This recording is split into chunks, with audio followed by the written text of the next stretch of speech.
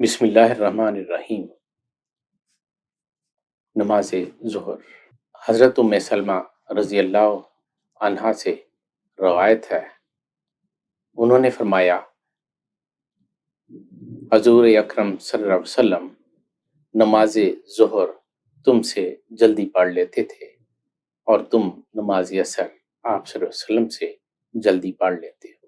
حضرت جابر بن سمرہ رضی اللہ تعالیٰ عنہ کہتے ہیں کہ آپ صلی اللہ علیہ وسلم ظہر اس وقت پڑھتے جب سورج ڈھل جاتا۔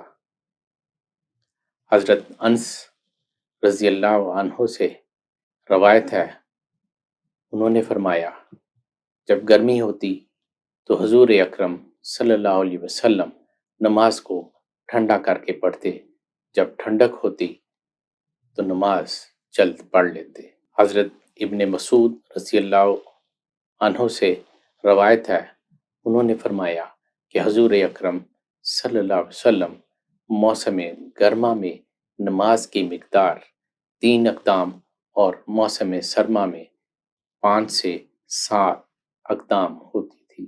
حضرت ابو سعید خدری رضی اللہ عنہ سے روایت ہے، کہتے ہیں، نبی کریم صلی اللہ علیہ وسلم کی نماز میں پہلی 2 رکعتوں میں ہر رکعت میں 30 آیت کے بقدر تلاوت فرماتے تھے۔